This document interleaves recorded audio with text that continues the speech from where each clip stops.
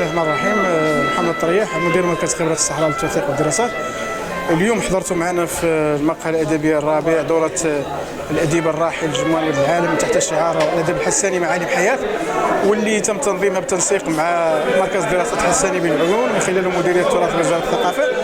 واللي اشتغلنا عليها في هذه السنة على موضوع مهم يتعلق بعلم من أعلام الصحراء واللي هو جمال ولد العالم، باعتباره جوهرة من جواهر الأدب الحساني. اشتغل على موضوع الطلل ومواضيع أخرى تهم الإنسان،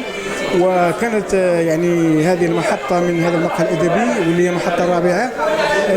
رحلة شيقة من خلال مداخلات مجموعة من الأساتذة وقراءات شعرية تمكننا من خلالها من الكشف عن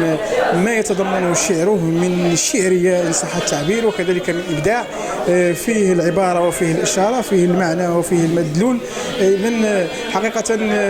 إنها لا فرصة مهمة لنقف على مشهد جميل بحضور ثلة من الأدباء والباحثين وبحضور جمهور نوعي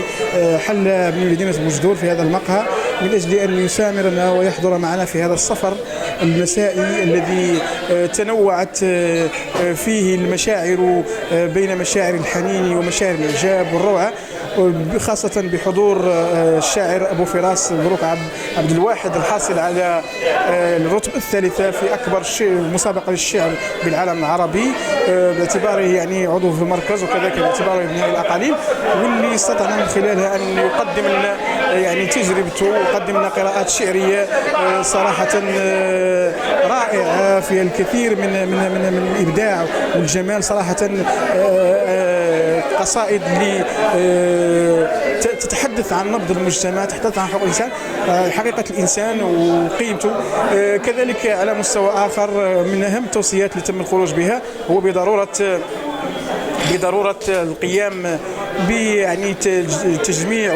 الكتابات جمال ولد العالم، خاصة يعني الجانب الشعري منها، لأنه حقيقة حاولنا البحث عن شخصيته، لقينا بأنه كذلك اشتغل في المجال الفقهي من خلال كونه كان يشتغل بفقه البادية وفقه النوازل، وهذا شيء يعني معروف بأنه جمع بين الفقهي والشعري، وهذا شيء معروف للإنسان في هذه المنطقة. ومن بين كذلك التوصيات ضرورة إطلاق اسمه على بعض المنشآت سواء إدارية أو تربوية وغير ذلك. وفي الختام لا يسعنا إلا أن نشكر كل من ساهم من قريب ومن بعيد في يعني تحقيق هذا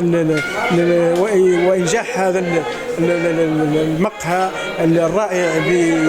كما وكيفا رائع بحضوره النوعي وكذلك بمداخلاته المتميزة وكذلك بالفضاء المميز الذي نشكر القيمين عليه. نشكر.